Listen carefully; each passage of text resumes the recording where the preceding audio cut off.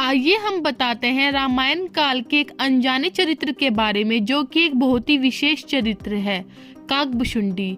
Hello guys, मैं आप सभी का अपने यूट्यूब चैनल पर स्वागत करती हूँ। काकभुशुंडी रामचरितमानस के पात्र हैं।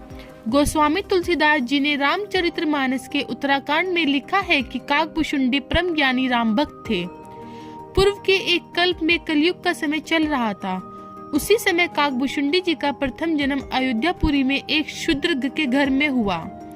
उस जन्म में वे भगवान शिव के भक्त थे, लेकिन अहंकार में फंसकर वह अन्य देवताओं की निंदा करते थे। एक बार अकाल पड़ जाने पर वे उज्जैन चले गए।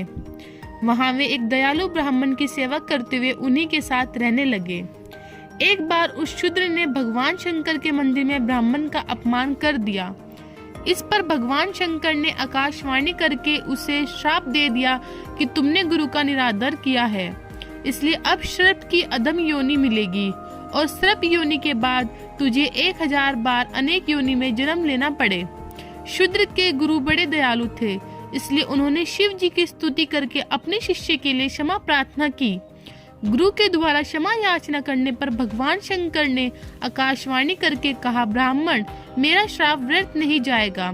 इस शूद्र को 1000 बार जन्म अवश्य ही लेना पड़ेगा, किंतु जन्म और मरण में जो दुख होता है वह इसे नहीं होगा और किसी भी जन्म में इसका ज्ञान नहीं मिटेगा। इसे अपने प्रत्येक जन्म का स्मरण बना रहेगा। जगत में इसे कुछ भी दुर्लभ ना होगा और इसकी सर्वत्र अबाध गति होगी। मेरी कृपा से इसे भगवान श्री राम के चरणों के प्रति भक्ति भी प्राप्त होगी। इस तरह हर जन्म की याद बनी रही। समय के साथ श्री राम जी के प्रति भक्ति भी उसमें उत्पन्न हो गई। उस शूद्र ने अंतिम शरीर ब्राह्मण का पाया। ब्राह्मण बनने पर वह ज्ञान प्राप्ति के लिए लोमश ऋषि के पास गया। जब लोमश ऋषि उसे ज्ञान देते थे तो वह उनसे अनेक प्रकार के तर्क उत्तर करता था। उसके इस व्यवहार से क्रोधित होकर लोमश ऋषि ने उसे श्राप दे दिया कि जा तू चंडाल पक्षी कौवा हो जा। वह उस समय कौवा बनकर उड़ गया। श्राप देने के बाद लोमश ऋषि को पश्चाताप हुआ और उन्होंने उस कौवे को वापस बुलाकर राम मंत्र दिया और इस साथ इच्छा मृत्यु का वरदान लोमश ऋषि ने उस ब्राह्मण को दिया।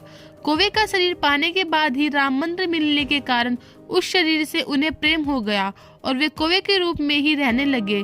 कालांतर में काकभुशुंडी के नाम से पहचाने गए।